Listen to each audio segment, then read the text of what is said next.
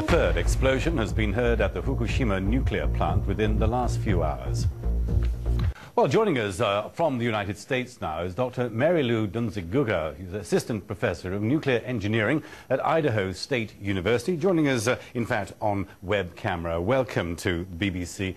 You're probably no doubt also hearing this latest information. Staff have been evacuated from the Fukushima nuclear power plant there. Is it out of control, in your opinion, do you think? In my opinion, what's been happening is, of course, very important to the nuclear industry, but they seem to have it under control in terms of cooling the reactors and preventing release to the immediate environment. I think the current situation with evacuating staff is precautionary. But half of the fuel rods, we're being told, are now exposed. That has to be a serious situation, surely. There has to be a radioactive release from those open rods now, doesn't there? The containment, the primary containment for the Unit 2 reactor, which is the one you referred to that has exposed rods, has not been jeopardized. The explosions that have occurred outside that primary containment as hydrogen explosions. There was a minor amount of radiation released with those fission product species, gaseous species that do come out in gas, especially when the hydrogen gas is released from the primary containment. Of course, all the information that we're getting does seem to be somewhat unclear, of course, given the damage that has been caused, the Japanese being very careful with their wording of all this. But what are the repercussions, do you think, for the global nuclear industry? I think the repercussions will be what we choose them to be. I don't think that the major concern of the Japanese people right now is, in fact, these reactors. I think all the other things that have happened with their infrastructure and the loss of thousands of lives are certainly much bigger concerns. So what we all choose to do with the information about the reactors in Japan will be just that, what we choose. We're seeing more or less an act of God here with what has happened to the reactors in Japan, as opposed to typical emergencies that are planned for in the design of nuclear reactors. That was Dr. Mary Lou Dunziguga, Assistant Professor of Nuclear Engineering at Idaho State University, with her views of what's taking place in Japan. Japan's Nuclear Safety Agency says a fresh explosion has been heard at the Fukushima nuclear plant, this time at reactor number 2. The Japanese government has formally asked the United States for help in cooling the nuclear reactors damaged by Friday's earthquake. Thousands of people have been evacuated from the area. Well, as we heard from Matt Fry a few minutes ago, there are now reports of a third explosion at a crippled nuclear power plant in Japan. And the reverberations of that crisis are literally being felt all around the world. Joining me now to discuss the current situation and long-term nuclear impact is George Perkovich. He's the Vice President for Studies and Director of the Nuclear Policy Program at the Carnegie Endowment for International Peace. And from New York, William Tucker, author of the forthcoming book, Terrestrial Energy. Let me start with you, Mr. Tucker. Is there a risk in all of this that we are overreacting to the severity of the nuclear crisis in Japan, or should we be very alarmed? Well, I think we're definitely overreacting. I think it's kind of criminal the way the press is talking about nuclear terror and disasters, and a meltdown is going to mean a catastrophe. A meltdown means the reactor isn't going to work anymore. That's basically it.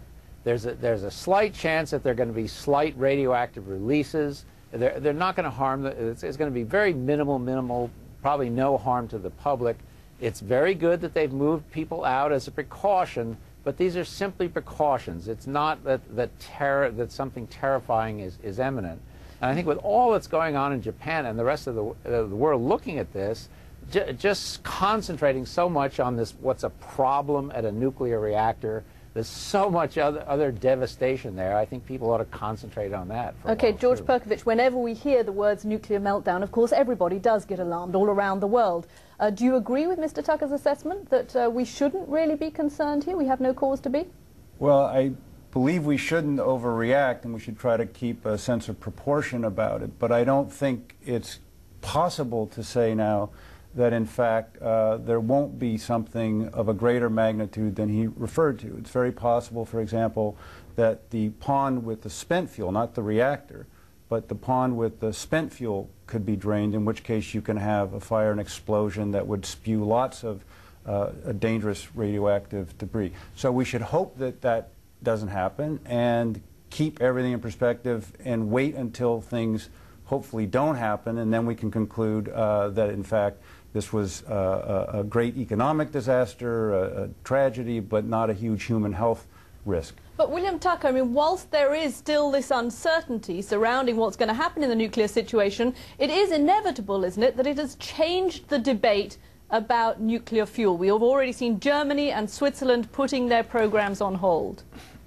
Well, it'll change it for a little bit until things settle down and people are able to have some perspective about what has happened. What happened at 3 Mile Island is nothing, basically. No one was hurt, no one was killed, there was no long-range damage to the public. The reactor was a disaster. The reactor was ruined. But it killed the nuclear industry for a very long time. And I think it would be really tragic if the news media doesn't manage to make people understand that a meltdown is not a catastrophe. A meltdown is just a meltdown. Okay, George Perkovich, I think a lot of people are looking at what's happening in Japan and saying it seems crazy to build a nuclear reactor on a seismic fault line, and that actually this is not a safe place to be having this kind of power plant. Well, I think obviously one of the things that happens after an event like this is people look and they assess and reassess these kinds of things. But we also have the reality that there are many plants located on seaboards around the world, many of which happen to be near fault line. Those aren't going to be shut down or moved, so I think this is more a question about the future.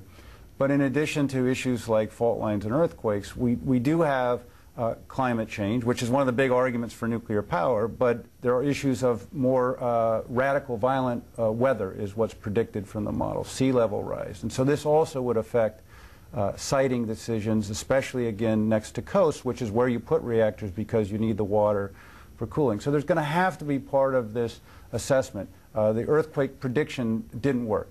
So that's an inexact art, if not a science. And so people will try to learn from this. They should, as the gentleman said, keep a sense of proportion, try to learn from it and say, okay, what do we do going forward? William Tucker, isn't this the problem, that we just don't know? We don't know what's happening in Japan necessarily. We don't know what the future is of this Daiichi plant and of effects of climate change, for example, on future nuclear plants. We don't know the future of anything. I think the sensible thing is to realize that a nuclear meltdown is not a catastrophe, that if we're all of Japan is an earthquake. But the point is, these containment structures survived the earthquake. They were designed for an 8.1. They survived an 8.9, so they were very well built.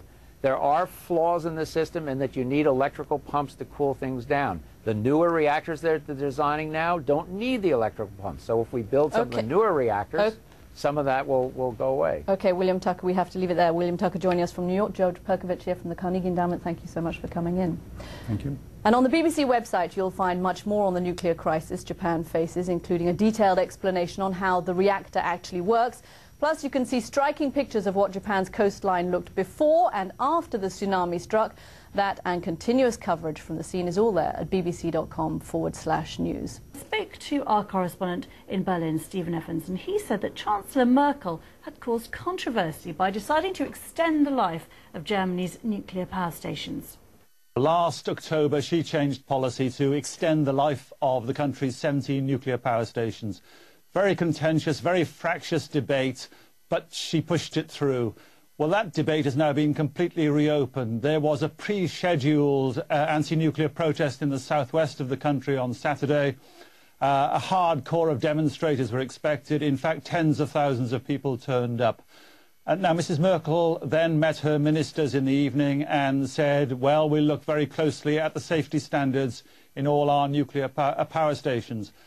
I expect her to say, look, Europe is not an earthquake zone.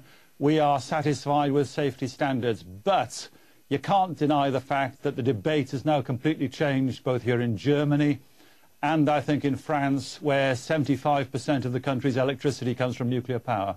One has to ask, though, that one always presumes that safety is an absolute priority in the nuclear industry wherever it is. What are governments in practice going to be doing that's new now?